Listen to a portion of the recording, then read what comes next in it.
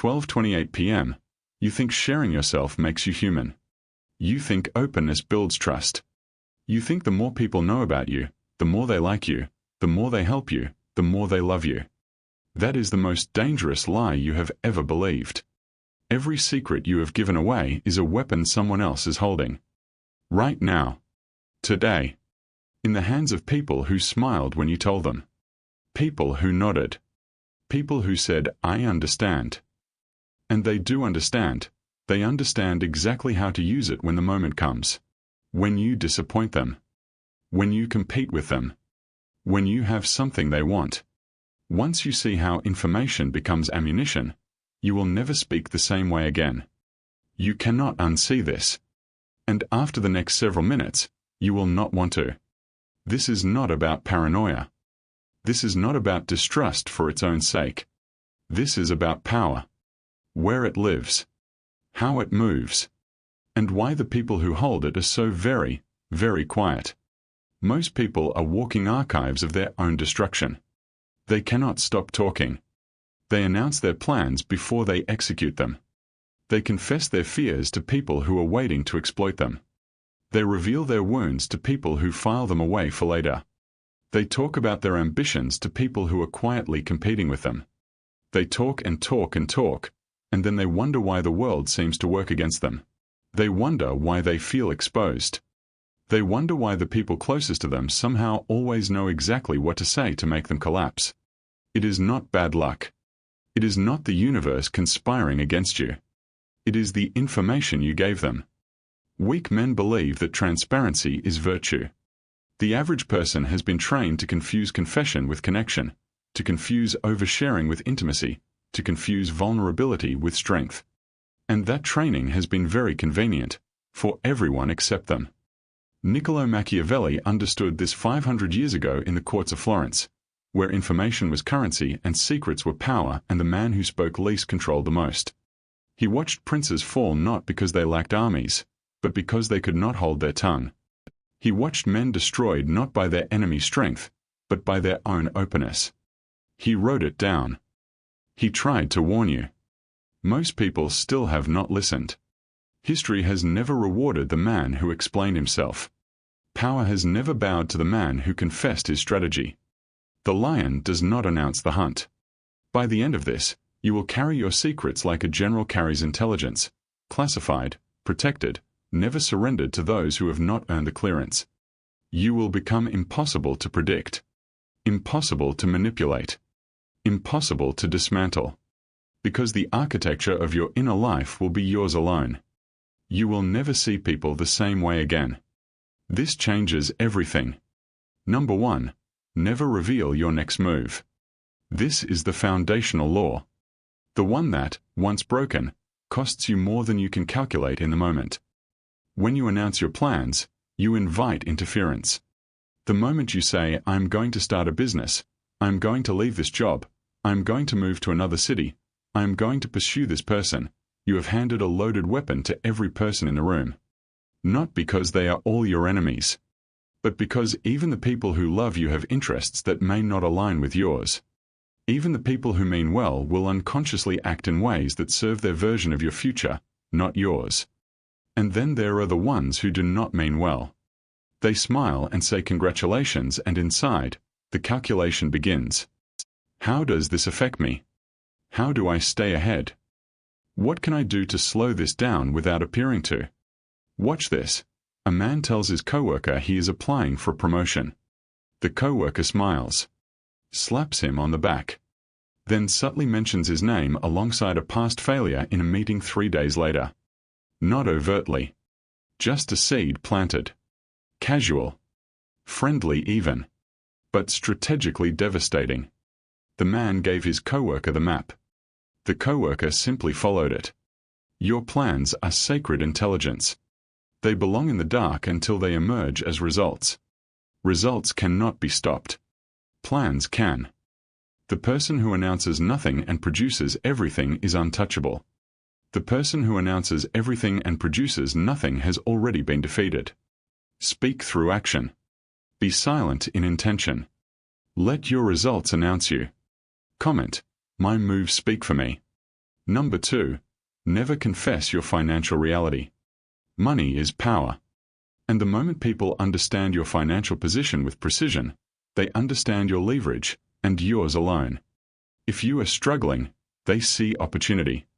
They tighten payment terms. They delay what they owe you. They recommend you for work that benefits them. They offer you terms they would never accept themselves because they know you cannot say no. They take you to dinner and let you pay because they watch the way you talk about your situation and concluded you would. If you are doing well, something else happens. The requests begin. The entitlement begins. People who contributed nothing to your accumulation develop a quiet conviction that they deserve a portion of it. They call it family. They call it friendship. They call it the right thing to do.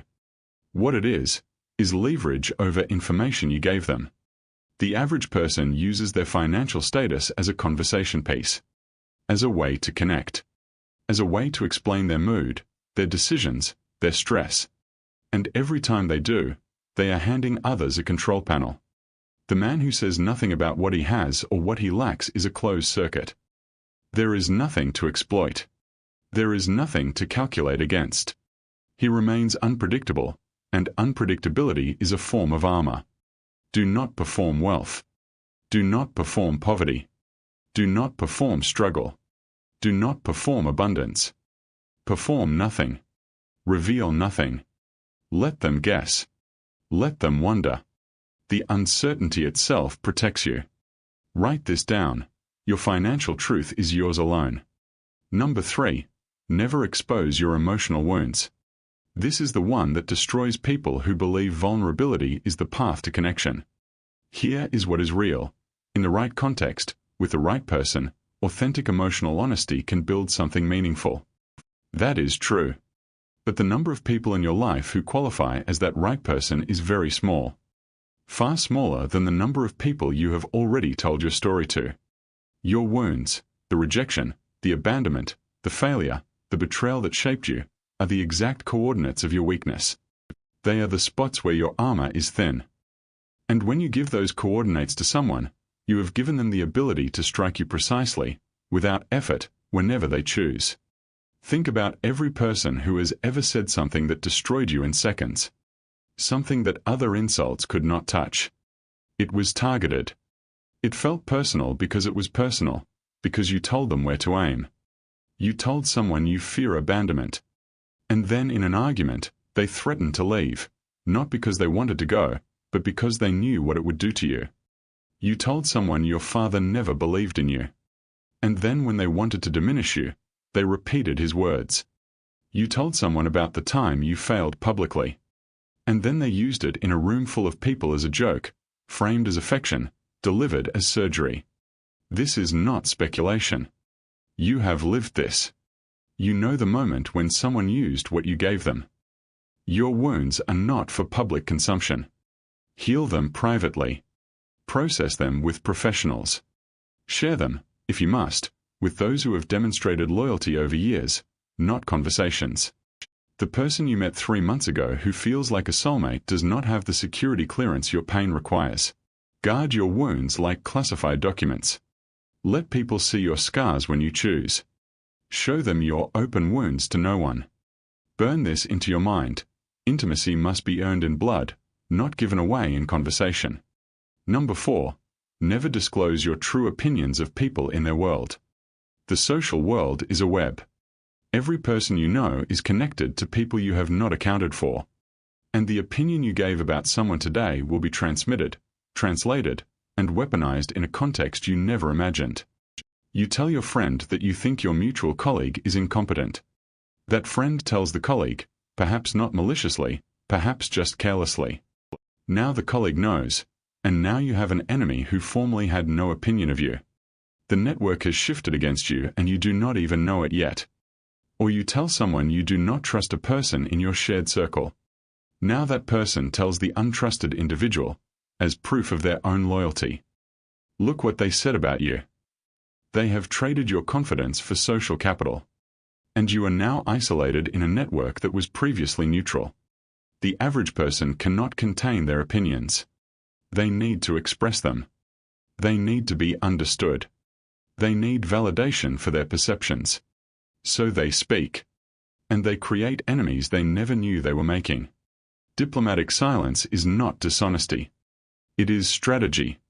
You can hold a complete and sophisticated internal map of every person in your environment, their competence, their loyalty, their danger level, and never share it with anyone. That map gives you power. Sharing it destroys the power and creates consequences. In public, in shared social environments, in professional spaces, your opinion of specific individuals belongs to you alone. Express it through your behavior, how close you allow them, how much you share with them, how much trust you extend. Let your actions communicate your assessment. Never your words. The one who judges in silence cannot be quoted, cannot be cornered, cannot be turned against. Say it with me: I observe. I judge. I act. I never announce. Number 5. Never reveal how desperate you are. Desperation is a scent. People smell it and respond to it instinctively, not always with predation, but always with a shift in power. When you are desperate for a deal, the negotiation is already lost. When you are desperate for a job, the offer will be lower than it needed to be. When you are desperate for approval, you will receive contempt. When you are desperate for love, you will attract control. Desperation communicates that you have no other options, and people, consciously or not, adjust their behavior accordingly. They slow down the process. They add conditions. They withdraw what they offered and offer something lesser. They test. They stall.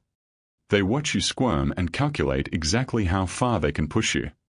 You have watched this happen. You have been on both sides of it. The man who walks into a negotiation as if he could take it or leave it, even when he cannot, changes the entire dynamic. Not because he is lying exactly, but because he controls the information about his position. He has options, or he performs having options, and both produce the same outcome. The other party cannot calculate his ceiling. This is not manipulation. This is information management.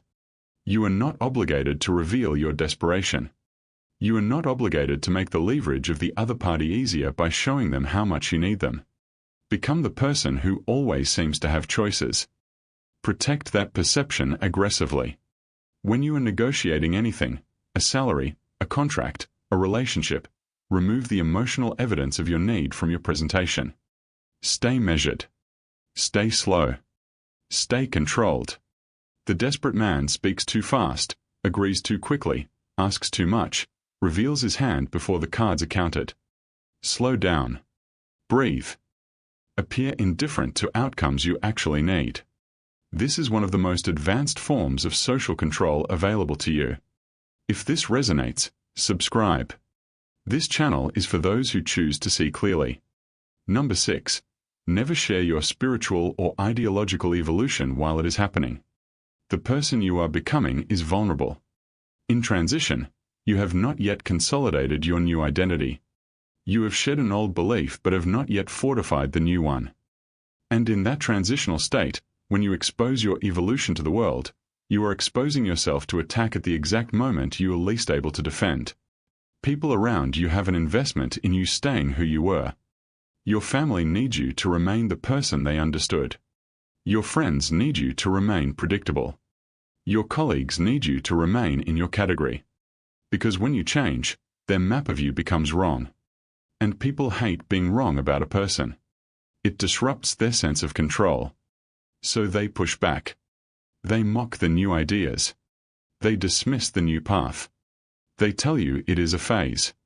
They remind you of who you were. They quote the old you against the new you. And if you are still in transition, if the new identity is not yet solid, this pressure can work. They can push you back into the box they built for you. The man who shares his spiritual or ideological evolution while it is in process gives his environment the ability to abort that evolution before it is complete. Become, then reveal.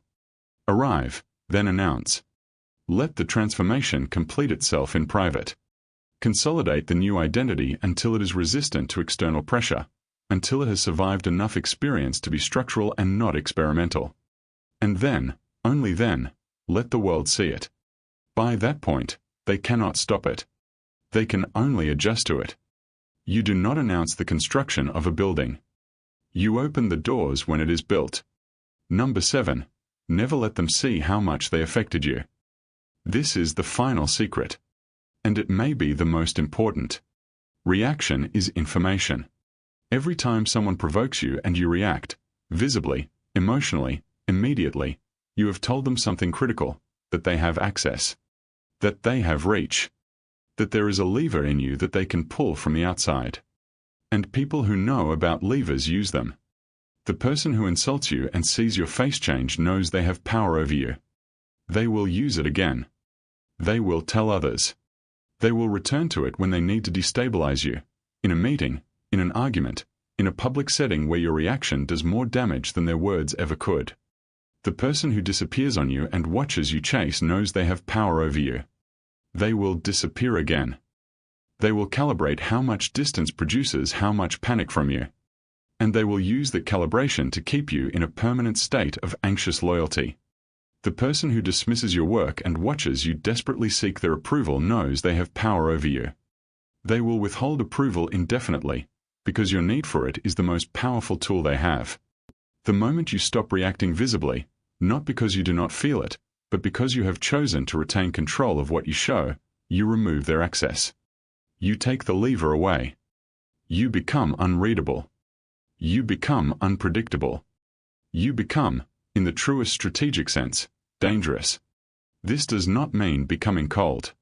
It does not mean emotional amputation.